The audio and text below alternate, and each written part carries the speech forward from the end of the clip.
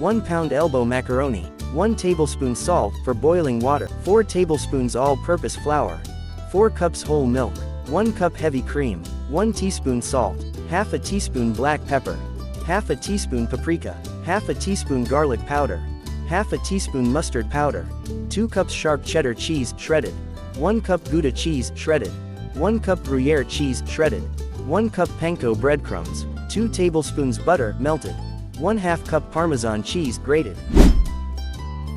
Cook macaroni in salted boiling water until just al dente, about 1 minute less than package instructions. Drain and set aside. In a large saucepan, melt butter over medium heat. Whisk in flour and cook for 1 to 2 minutes until slightly golden. This removes the raw flour taste. Gradually whisk in milk and heavy cream, stirring constantly to prevent lumps. Add salt, pepper, paprika, garlic powder, and mustard powder. Cook for 3 to 5 minutes until the sauce thickens. Remove from heat and stir in shredded cheddar, gouda, and gruyère until smooth.